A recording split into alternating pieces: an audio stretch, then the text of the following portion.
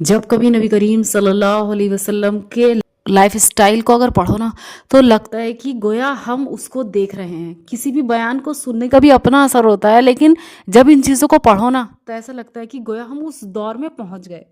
تو سورہ آل عمران کی آخری آیات کی تفسیر کا یہ حصہ ہے کہ رسول اللہ صلی اللہ علیہ وسلم کی تہجد کی نماز کی کیفیت کیا تھی اور تہجد کی نماز وہ کس طریقے سے پڑھتے تھے. کہ رسول اللہ صلی اللہ علیہ وسلم رات کو تہجد کے لیے جب اٹھتے تو سورہ آل عمران کی 10 آخری آیات کی تلاوت فرماتے.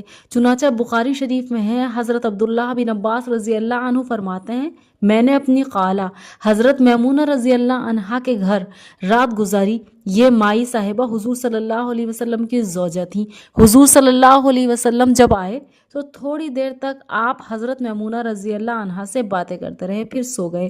جب آخری تہائی رات باقی رہ گئی تو آپ صلی اللہ علیہ وسلم اٹھ بیٹھے اور آسمان کی طرف نگاہ کر کے ان فی خلق السماواتی سورہ آل عمران کی آیت نمبر 190 سے لے کر آخری سورت تک کی آیت تلاوت فرمائی. پھر کھڑے ہوئے، مسواک کر کے وضو کیا اور 11 رکعت نماز ادا کی. حضرت بلال رضی اللہ عنہ کی صبح کی اذان سن کر پھر 2 رکعتیں صبح کی سنتیں پڑھی اور پھر مسجد میں تشریف لا کر لوگوں کو صبح کی نماز پڑھائی.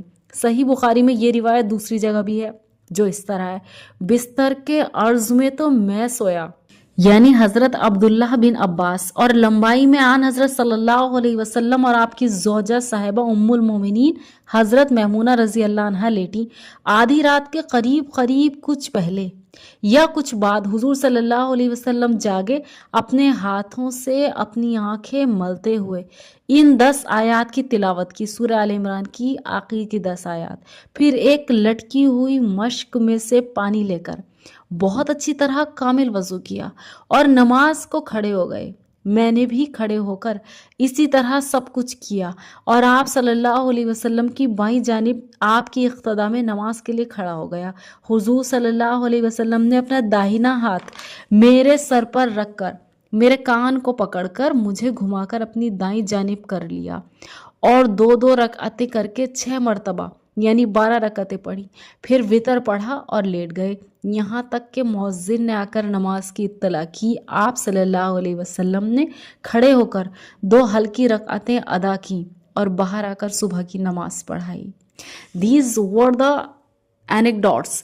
یہ وہ قصے ہیں جن میں بہت زیادہ گول مٹول بات نہیں کی گئی، بالکل سمپل ہیں، لیکن جب آپ انہیں پڑھتے ہیں نا، انہوں نے مشق سے پانی لیا، اس طرح کھڑے ہوئے، لمبائی میں لیٹے تھے، آئے تو پہلے اپنی زوجہ سے باتیں کی. ان سب باتوں کو جب آپ پڑھتے ہو نا، ان میں وہ نور ہے، ان میں وہ اٹریکشن ہے. جب پڑھو تو ایسا لگتا ہے گویا ہم انہیں دیکھ رہے ہیں.